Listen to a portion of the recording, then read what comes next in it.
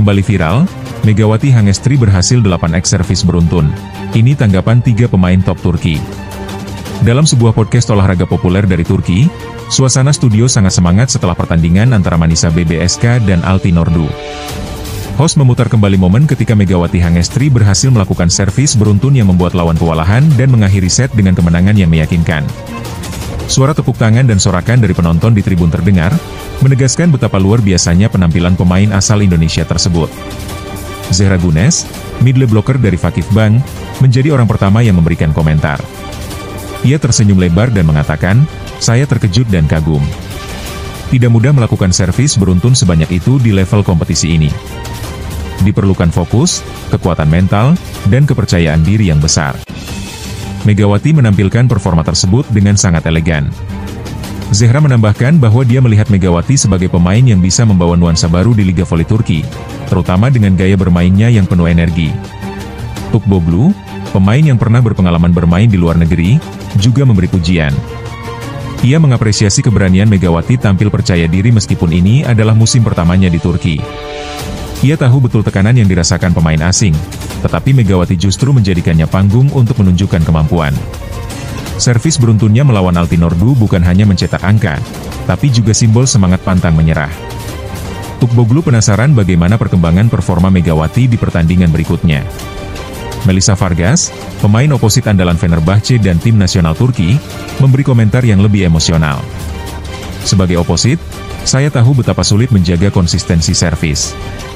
Apa yang dilakukan Megawati adalah kombinasi teknik, keberanian, dan sedikit feeling magis. Saya senang melihat dia sukses besar di sini. Liga Turki membutuhkan bintang baru, dan saya percaya Megawati bisa menjadi salah satunya.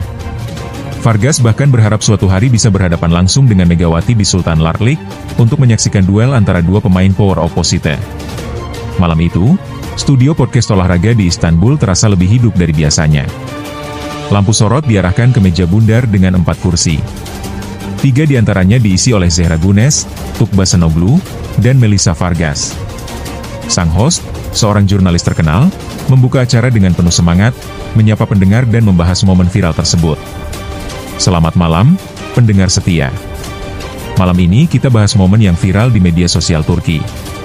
Ya, tentu saja, tentang Megawati Hangestri dari Manisa BBSK yang melakukan servis beruntun melawan Altinorddu.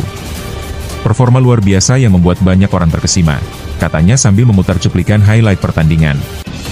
Suara tepuk tangan dari rekaman penonton terdengar di speaker studio. Sorakan meriah saat bola demi bola servis Megawati masuk dan lawan gagal mengantisipasi, membuat skor semakin jauh. Bahkan komentator TV kala itu berteriak keras hampir kehilangan suara. Kamera menyorot wajah Zehra Gunes yang tersenyum dan menggelengkan kepala, seolah tak percaya apa yang dilihatnya. "Gila sekali," kata Zehra, menjadi orang pertama yang memberi komentar malam itu. Ia memuji performa Megawati. "Sebagai pemain, saya tahu betul betapa sulitnya menjaga fokus saat servis. Melakukan 2 atau 3 servis beruntun saja sudah bagus, tapi 8 kali? Itu luar biasa." Megawati menunjukkan konsentrasi langka di pertandingan seketat ini. Zehra menjelaskan bahwa servis bukan hanya soal teknik, tetapi juga mental. Banyak pemain yang gugup setelah mencetak beberapa poin berturut-turut karena merasa beban semakin berat, tetapi Megawati justru semakin percaya diri. "Saya melihat ekspresinya di lapangan, tenang dan dingin, seperti tahu bola berikutnya pasti masuk. Itu mental luar biasa, apalagi untuk pemain baru di Liga Turki," tambah Zehra. Sang host bertanya, "Jadi menurutmu, Zehra, ini tanda bahwa Megawati akan jadi kekuatan baru di Liga?" Zehra mengangguk yakin, dia datang dari Asia Tenggara dan dalam beberapa minggu sudah memberi bukti nyata. Giliran Tukbasenoglu, yang juga pernah bermain di luar negeri, berbicara. Ia mengaku memahami apa yang dirasakan Megawati. "Saya pernah jadi pemain asing, jadi tahu betapa sulitnya adaptasi. Tekanan, budaya berbeda, ekspektasi klub, semuanya berat. Tapi Megawati malah membalikan tekanan itu sebagai motivasi." Ia memuji gaya rendah hati Megawati, seperti selebrasi sederhana dan menepuk tangan pada rekan satu tim. "Itu menunjukkan dia bermain untuk tim, bukan hanya untuk dirinya sendiri, dan saya sangat menghormatinya," kata Tukba. Sang host menanyakan pendapatnya tentang potensi Megawati bertahan di Turki. Tukba yakin, kalau dia terus seperti ini, klub besar pasti akan melirik. Bakat dan mentalnya sudah terbukti, tinggal menjaga konsistensi. Ketika giliran Melissa Vargas berbicara, suasana menjadi lebih serius. Vargas tersenyum dan berkata, "Saya suka gaya bermain Megawati. Sebagai oposit, saya tahu sulitnya menjaga kualitas servis dan energi serangan. Apa yang dia lakukan luar biasa, dan servis beruntun itu tidak hanya angka, tapi juga membangun moral tim." Ia juga berharap suatu hari bisa berduel langsung dengan Megawati di pertandingan besar, seperti di Sultan Lark League, untuk menyaksikan duel antara dua power oposit. Host bertanya, "Kamu ingin dia promosi ke Liga Utama?" Vargas tertawa dan menjawab, "Kenapa tidak? Liga ini selalu butuh pemain baru dan saya rasa dia cocok dengan atmosfer voli Turki." Percakapan makin menarik, Zehra dan Tuqba sepakat bahwa gaya unik Megawati, kekuatan dari Asia, dan keberaniannya membuatnya berbeda. Zehra menambahkan, tinggi badannya mungkin tidak setinggi pemain Eropa, tapi timing dan powernya luar biasa. Itu yang membuat dia berbahaya. Vargas mengingatkan, jangan remehkan pemain yang datang dengan hati besar. Terkadang, itu lebih penting daripada segalanya. Suasana semakin hangat. Host menayangkan wawancara singkat Megawati setelah pertandingan, di mana dia hanya berkata, "Saya berusaha membantu tim dan bersyukur bisa berkontribusi." Zehra berkomentar, "Lihat, dia rendah hati dan tulus, padahal sudah membuat sejarah kecil di Liga." Tuqba menambahkan, "Itulah yang membuatnya dicintai fans. Mereka suka pemain yang tulus, bukan cuma hebat di lapangan." Vargas tersenyum dan berkata, "Dia berbicara dari hati, dan itu membuat permainan jadi lebih indah."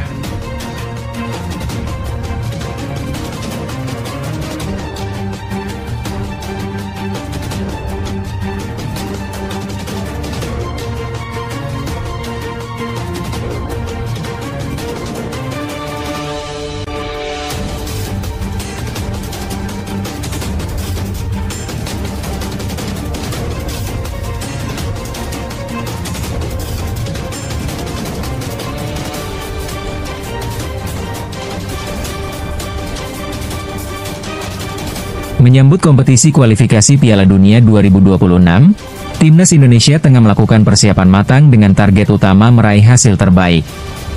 Pemanggilan 32 pemain oleh pelatih Patrick Kluivert menjadi pusat perhatian, karena di dalamnya terkandung berbagai profil pemain dari berbagai klub dan pengalaman berbeda. Ada yang kembali setelah absen, ada juga pemain muda yang baru dipanggil, serta pemain yang sebelumnya sudah lama tidak tampil di skuad utama. Semua itu menunjukkan bahwa strategi pelatih dalam membangun skuad sangat dinamis dan penuh pertimbangan matang. Dalam artikel ini, kita akan membahas secara lengkap siapa saja pemain yang dipanggil, posisi mereka, dan bagaimana potensi mereka dalam menghadapi pertandingan krusial melawan Tiongkok dan Jepang. Dalam rangka menghadapi laga melawan Tiongkok dan Jepang, pelatih Patrick Kluivert memanggil 32 pemain untuk mengikuti pemusatan latihan selama masa persiapan. Dari jumlah tersebut, 21 pemain berasal dari klub-klub di luar negeri, seperti Eropa dan Asia, menunjukkan bahwa kualitas pemain Indonesia di level internasional semakin berkembang dan diakui. Sementara itu, 11 pemain lainnya berasal dari Liga 1 Indonesia, yang menunjukkan bahwa pemain lokal tetap menjadi bagian vital dari rencana pelatih. Ada beberapa nama yang menarik perhatian karena kembali dipanggil setelah sempat absen, seperti Stefano Lillipali, Asnawi Mangko Alam, serta Yakob dan Yance Sayuri, yang selama ini tampil impresif bersama klub mereka masing-masing. Sementara itu, Ragnar Oratmangun tidak dipanggil karena sedang mengalami sakit, bukan karena alasan lain, sehingga posisinya di tim sempat kosong dan harus segera diisi pemain lain. Kembalinya Stefano Lillipali ke skuad nasional menjadi salah satu momen yang paling mencuri perhatian karena usianya yang sudah menginjak 35 tahun. Ia terakhir tampil bersama timnas pada September 2023 dan dianggap sangat diperlukan saat ini, terutama karena absennya Ragnar yang sedang sakit. Lillipali diharapkan mampu menyumbangkan pengalaman, kreativitas, serta visi permainan di lini tengah. Kehadirannya sangat penting mengingat kekosongan pemain seperti Marcelino dan Ragnar, yang selama ini menjadi pengatur serangan dan penghubung utama di lini tengah. Pelatih melihat bahwa Lillipali mampu memberikan umpan-umpan akurat dan membangun serangan yang efektif, sehingga menjadi opsi penting dalam strategi tim. Selain Lillipali, Asnawi Mangko Alam juga kembali ke skuad setelah sebelumnya absen karena cedera dan alasan lain. Yakob dan Yance Sayuri, yang tampil impresif bersama klub mereka di Liga 1, juga masuk dalam daftar skuad. Mereka akan memperkuat lini belakang dan sayap, yang selama ini menjadi posisi vital dalam strategi bertahan dan serangan cepat. Kehadiran mereka diharapkan mampu memberikan opsi taktis tambahan, terutama dalam menghadapi lawan yang memiliki permainan cepat dan agresif. Dengan pertahanan yang kokoh dan serangan dari sayap yang tajam, mereka diharapkan mampu menyulitkan lawan dan menekan mereka dari berbagai sisi. Dalam analisis pelatih dan pengamat sepak bola, posisi penjaga gawang menjadi prioritas utama. Marten Pascan, yang selama ini menjadi pilihan utama, tidak masuk dalam skuad karena mengalami cedera. Sebagai gantinya, peluang besar diberikan kepada Hernando dan Emil Odero. Hernando dan Nadeo lebih siap secara fisik karena tinggal di Indonesia dan tidak perlu melakukan perjalanan jauh. Mereka juga sudah terbiasa dengan atmosfer pertandingan di tanah air.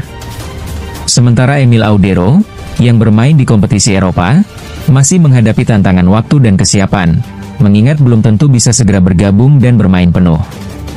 Meski Emil memiliki pengalaman di level Eropa dan kualitas yang diakui, pengalaman langsung bersama timnas Indonesia sangat penting, sehingga Hernando dan Nadeo punya keunggulan dari segi kesiapan dan pengalaman. Di lini belakang, posisi bek tengah dan sayap kanan menjadi fokus utama. Nama-nama seperti Justin, Rizky, dan Jai diperkirakan mampu tampil stabil dan mampu menjaga pertahanan dengan baik. Kehadiran Elkan Bagot yang kini berada di Bali dan tidak dipanggil dalam skuad ini juga menjadi bahan pertimbangan, karena ia dianggap sebagai salah satu bek berpengalaman yang bisa memperkuat pertahanan. Strategi utama melawan Tiongkok dan Jepang adalah menjaga agar tidak kebobolan lebih dulu, karena kekalahan di pertandingan pertama menghadapi Tiongkok dengan skor 1-2 menjadi pelajaran berharga. Menghindari kebobolan di awal sangat penting agar peluang meraih poin maksimal tetap terbuka dan menjaga kepercayaan diri tim.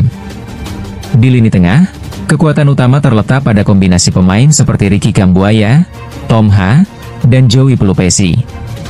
Ricky sangat membantu saat tim membutuhkan stabilitas dan serangan balik yang cepat, terutama saat Marcelino Ferdinand dan Martin Akel tidak bisa bermain karena cedera atau akumulasi kartu. Peran Joey Pelupesi sangat penting karena dia mampu tampil tenang dan mendukung serangan dari lini tengah, selain juga menjaga keseimbangan tim saat bertahan maupun menyerang. Keberadaan mereka akan menjadi kunci dalam mengatur tempo permainan dan menciptakan peluang dari tengah. Di posisi sayap kanan dan kiri, keberadaan pemain seperti Asnawi Mangku Alam kembali ke skuad menjadi kabar baik. Ia akan bersaing dengan pemain lain seperti Kevin Dix, Sandy Walsh, dan Eliano Reinders. Kehadiran mereka memberi banyak pilihan strategis dan memastikan bahwa tim tetap agresif dari sisi sayap, sekaligus meminimalisasi risiko serangan balik dari lawan. Di posisi sayap kiri, Yance Sayuri dan Yakob, yang tengah menunjukkan performa bagus di klub mereka, menjadi pilihan utama. Mereka diharapkan mampu melakukan serangan dari sisi luar dan memberikan umpan-umpan maut ke depan. Selain itu, pemain seperti Shane Patinama dan Arhan Luk juga dipersiapkan sebagai alternatif, karena keduanya memiliki keunggulan dalam hal fleksibilitas posisi dan kecepatan. Di lini depan, posisi penyerang utama masih diisi oleh Egy Maulana Fikri dan Septian Bagaskara, yang selama ini menunjukkan performa konsisten dan tajam di Liga 1. Kehadiran Vano, Stefano Lillipali, yang terakhir bermain pada tahun 2023, juga menjadi opsi tambahan sebagai striker maupun sebagai pemain yang mampu mendukung permainan dari belakang atau sayap. Secara keseluruhan, skuad yang dipanggil menunjukkan kedalaman dan kualitas yang cukup untuk bersaing di level Asia dan dunia. Keputusan pelatih dalam memilih pemain yang berpengalaman dan yang sedang dalam performa terbaik menjadi kunci utama keberhasilan tim. Dengan persiapan yang matang, disiplin, dan semangat untuk meraih kemenangan, Indonesia menatap masa depan cerah di kompetisi ini. Dukungan masyarakat dan doa dari seluruh rakyat Indonesia diharapkan mampu memperkuat semangat tim dan mendorong mereka mencapai target besar di Piala Dunia 2026.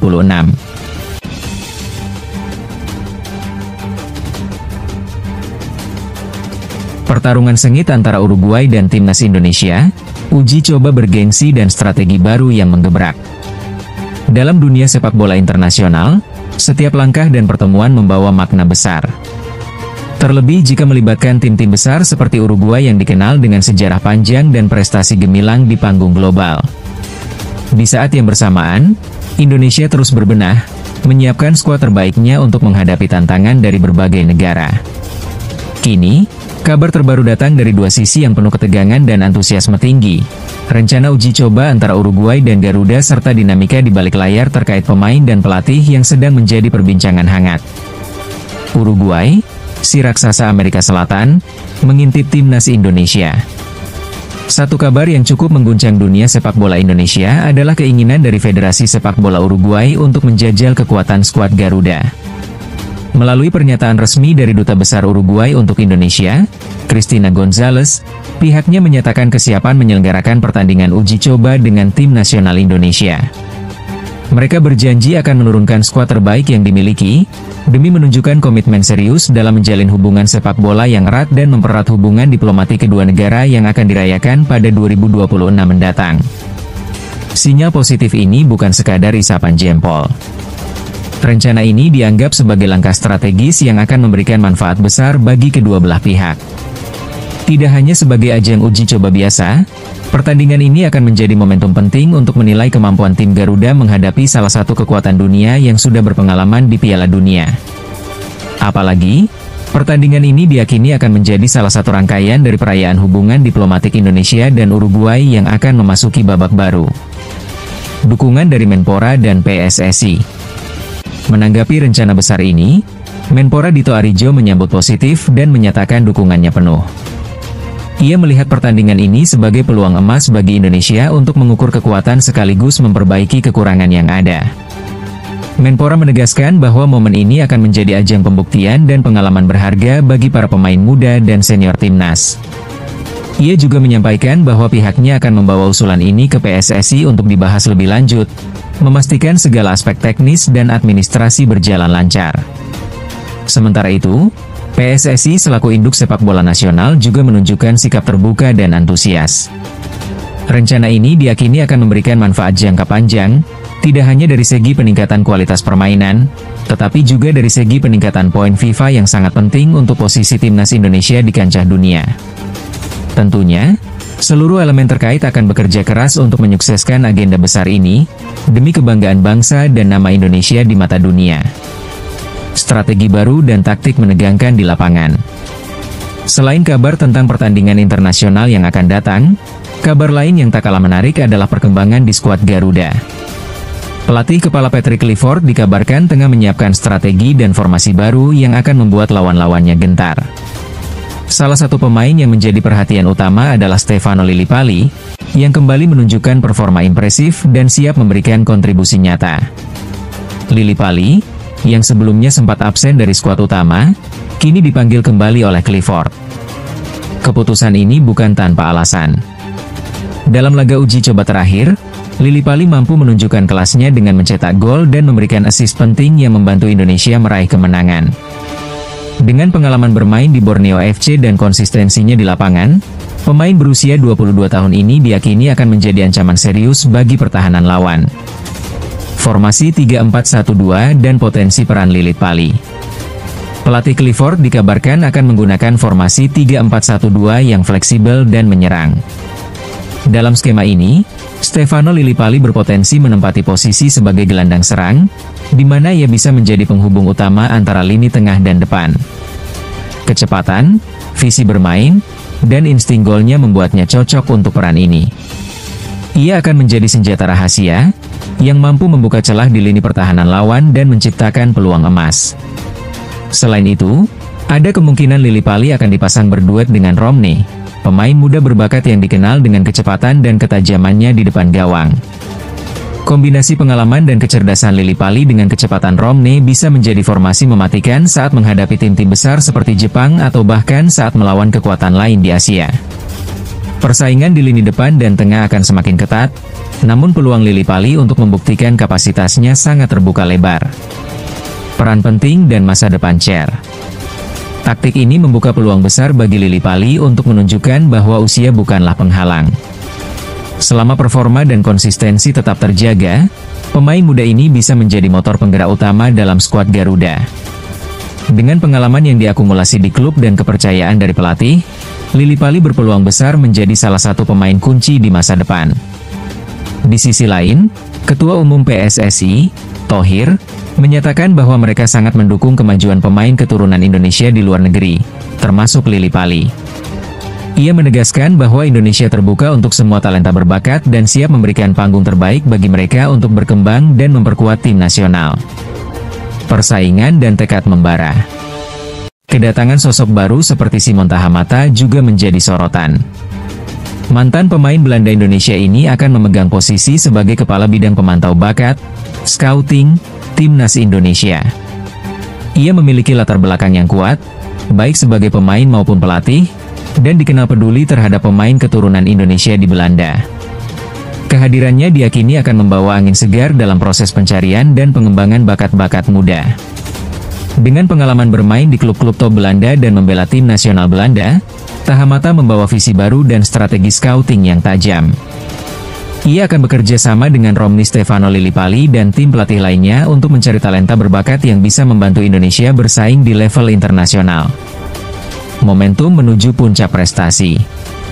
Secara keseluruhan, situasi saat ini menunjukkan bahwa Indonesia sedang berada di ambang perubahan besar dalam dunia sepak bola. Dari rencana uji coba melawan Uruguay yang penuh tantangan, hingga strategi pemain muda yang menjanjikan, semua menyiratkan bahwa Garuda sedang mengincar langkah-langkah besar untuk memperbaiki citra dan posisi mereka di kancah dunia. Pertandingan melawan Uruguay tidak hanya akan menjadi ajang uji keberanian dan kemampuan, tetapi juga momen penting untuk menampilkan kemampuan Indonesia di panggung internasional. Dengan dukungan penuh dari pemerintah, federasi, pelatih, dan para pemain, masa depan sepak bola Indonesia tampak semakin cerah dan penuh harapan. Dalam medan tempur ini, setiap pertandingan dan langkah strategis adalah bagian dari perjuangan besar untuk membangun tim nasional yang tak hanya kuat secara teknis, tetapi juga memiliki mental dan semangat juang tinggi. Indonesia siap bangkit, menatap masa depan dengan penuh tekad dan semangat juang yang membara.